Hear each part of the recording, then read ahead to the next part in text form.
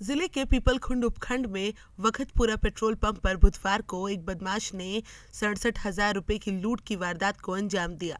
यह पूरी घटना सीसीटीवी फुटेज में रिकॉर्ड हो गई है। वीडियो में साफ तौर पर देखा जा सकता है कि युवक किस तरीके से पेट्रोल पंप कर्मचारी के पैसे छीनकर भाग निकला। नेशनल हाईवे 56 पर वखतपुरा पेट्रोल पंप पर पेट्रोल भरवाने आए एक युवक ने अपनी गाड़ी में पेट्रोल डलवाने के बाद पेट्रोल पंप कर्मचारी के साथ ही लूट की वारदात को अंजाम दिया। पेट्रोल पंप कर्मचारी के पास 67,000 रुपए छीनकर बदमाश वहां से भाग निकला। पूरी घटना पेट्रोल पंप के सीसीटीवी फुटेज में कैद हो गई है। घटना की सूचना पर पीपलखुंड थानाधिकारी को मिलने के बाद थानाधिकारी मौके पर पहुंचे और घटना की जानकारी ली। साथ ही सीसीटीवी फुटेज को लेने के बाद जांच में जुट गए। पेट्रोल पंप मालिक की रिपोर्ट पर थाने में मामला दर्ज कर बदमाशों की तलाश शुरू कर दी गई है। ईटीवी भारत से प्रतापगढ़ से विवेक उपाध्याय की रिपोर्ट।